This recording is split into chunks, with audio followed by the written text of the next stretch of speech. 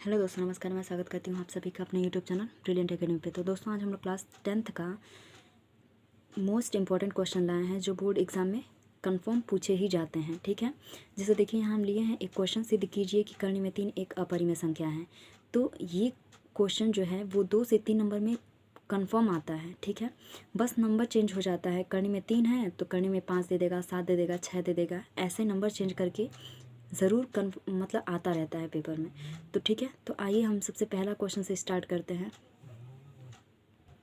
और आगे की भी क्लास में हम इम्पॉर्टेंट क्वेश्चन लाते रहेंगे। ठीक है, जो बोर्ड एग्ज़ाम के लिए बेहद ज़रूरी होगा और मोस्ट इम्पॉर्टेंट होगा। ठीक है, तो आइए दोस्तों हम करते हैं, इसे सॉल्व करते हैं। तो देखिए दिया है, सिद्ध कीजिए कि कर्ण में 3 एक अपरिमेय संख्या है। क्या बोला है? अपरिमेय संख्या। तो इसका विरोधाभास हम लेंगे, यानी कि ये अपरिमेय बोला है, हम परिमेय मान के करेंगे। ठीक है, तो देखें लेते हैं, यहाँ पे हम मान लेते हैं कि माना कर्ण में 3 एक परिमेय संख्या है। परिमेय संख्या है। ठीक है, हमने माना कि कर्ण में 3 क्या है? एक परिमेय संख्या है। तो परिमेय संख्या है तो परिमेय संख्या को हम पी बाई क्यू के फॉर्म में या ए बाई बी के फॉर्म में हम लिख सकते हैं। तो इसको हम लिख लेंगे कर्ण में 3 बराबर ए अपॉन बी। ठीक है, यानी कि कर्ण में 3 क्या है? परिमेय संख्या है। तो परिमेय संख्या को हमने ए बटा बी के फॉर्म में लिख लिया, जहाँ हमारा ए और बी क्या है? जहाँ ए और बी सह अभाज्य संख्या है। सह अभाज्य संख्या है। ठीक है, और जो हमारा बी है वो 0 के इक्वल नहीं होना चाहिए। ठीक है, यानी कि ए और बी क्या है? सह अभाज्य संख्या। अब सह अभाज्य संख्या किसे कहेंगे? तो सह अभाज्य संख्या का मतलब कि ए और बी अगर हम दोनों का मौसा निकालेंगे तो उसका मौसा कितना आएगा? 1 आएगा। ठीक है, यानी कि सिर्फ और सिर्फ 1 से डिविजिबल होगा, 1 से विभाज्य होगा ए और बी दोनों, और बाकी किसी नंबर से नहीं होगा। ठीक है, दोनों का मौसा कितना आना चाहिए? 1। 1 के अतिरिक्त, यानी 1 के अलावा अगर किसी नंबर से कटा तो सह अभाज्य नहीं होगा। सह अभाज्य का मतलब कि सिर्फ और सिर्फ 1 से ही कटना चाहिए। ठीक है, तो ये हो गया। अब हम लिख लेते हैं इसमें दोनों पक्षों का वर्ग करने पर। आगे है दोनों पक्षों का वर्ग करने पर।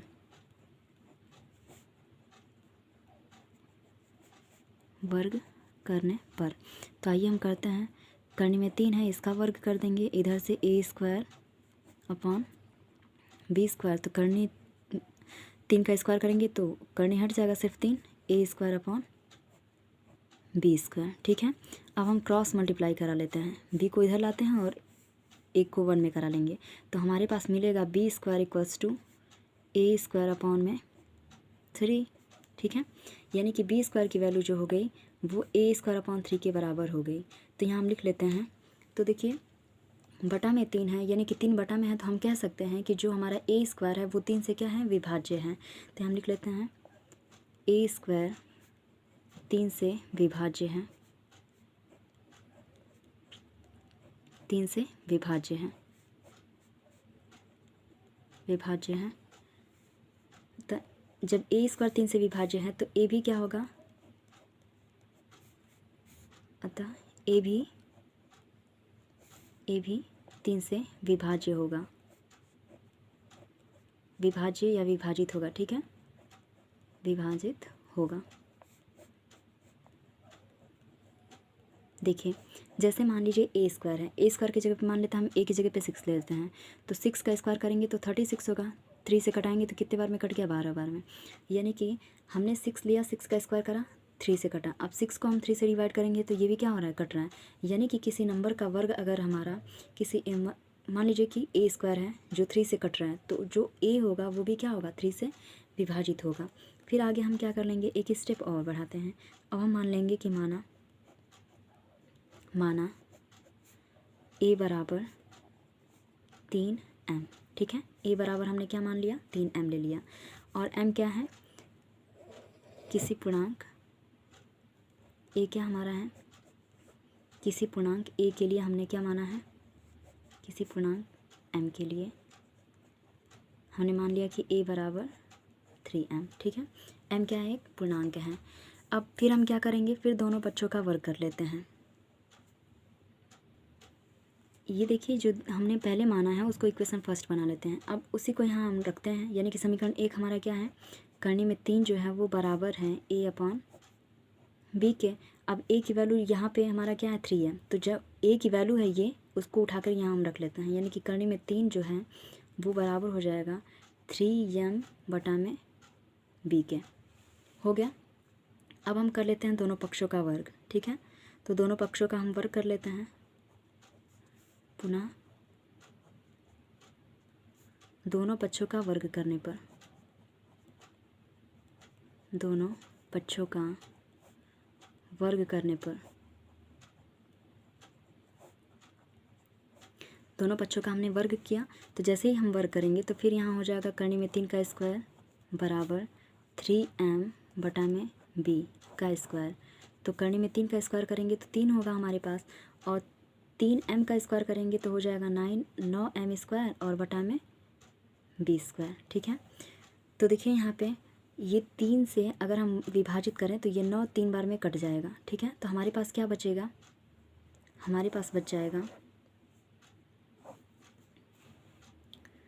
तो देखिए हमारे पास बचा यहाँ से बी स्क्वायर इक्वल्स टू, या फिर अगर हम ऐसे सॉल्व कर लें तो हो जाएगा एम स्क्वायर बराबर, क्रॉस करा लेंगे तो बी स्क्वायर ऊपर और बटा में 3। तो हमारे पास क्या मिला हमको, एम स्क्वायर बराबर बी स्क्वायर अपॉन में 3, यानी कि हमारे पास रिजल्ट हमको मिला है M square equals to B square upon 3। तो इससे हमें क्या मिला, फिर हम यहाँ लिख लेंगे, देखिए वही चीज़ रिपीट हुआ है यहाँ पे ना, तो यहाँ हम लिख लेते हैं जो हमारा बी स्क्वायर है वो 3 से विभाज्य है, विभाज्य है क्योंकि बटा में जा रहा है, ए स्क्वायर 3 से विभाज्य है। जब बी स्क्वायर जब 3 से विभाज्य है तो बी भी क्या होगा, बी भी 3 से विभाज्य होगा, बी भी 3 से विभाज्य होगा, ठीक है। तो देखिए दोस्तों, अभी हमने क्या कहा था कि ए और बी दोनों क्या है, सह अभाज्य संख्या है, यानी कि सह अभाज्य का मतलब कि सिर्फ और सिर्फ 1 से कटेगा। लेकिन अभी हमने देखा कि जो हमारा ए है 3 से कट रहा है, यानी 3 से विभाजित हो रहा है, और बी भी क्या हो रहा है, 3 से विभाजित हो रहा है। तो 1 के अतिरिक्त भी हमें क्या मिल गया, 3 मिल गया, 3 मिल गया, इसलिए हमने जो माना था वो अवधारणा क्या है, गलत है। तो जब हमने जो माना अवधारणा गलत है, यानी कि हमने क्या माना था, हमने परिमेय माना था, तो परिमेय के हिसाब से ये हमारा कथन गलत हो रहा है। तो जब परिमेय नहीं है तो बचा एक ही, क्या होगा, अपरिमेय। तो यहाँ हम लिख लेते हैं चूँकि ए और बी दोनों क्या हैं, चूँकि ए और बी दोनों 3 से विभाज्य हैं, 3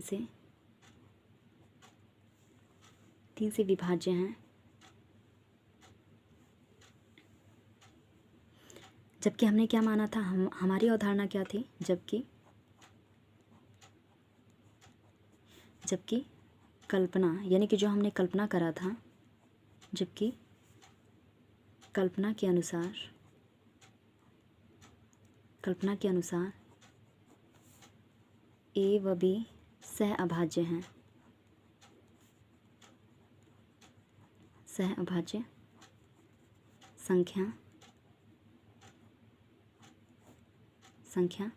थी, ठीक है। यानी कि सह अभाज्य संख्या थी, तो हम क्या कर लेंगे यहाँ पे, देखिए सह अभाज्य संख्या थी तो सिर्फ 1 से कटना चाहिए था, लेकिन यहाँ 3 से विभाजित हो गया। यहाँ हम लिख लेते हैं इस प्रकार हमारी अवधारणा गलत है, हमारी अवधारणा गलत है,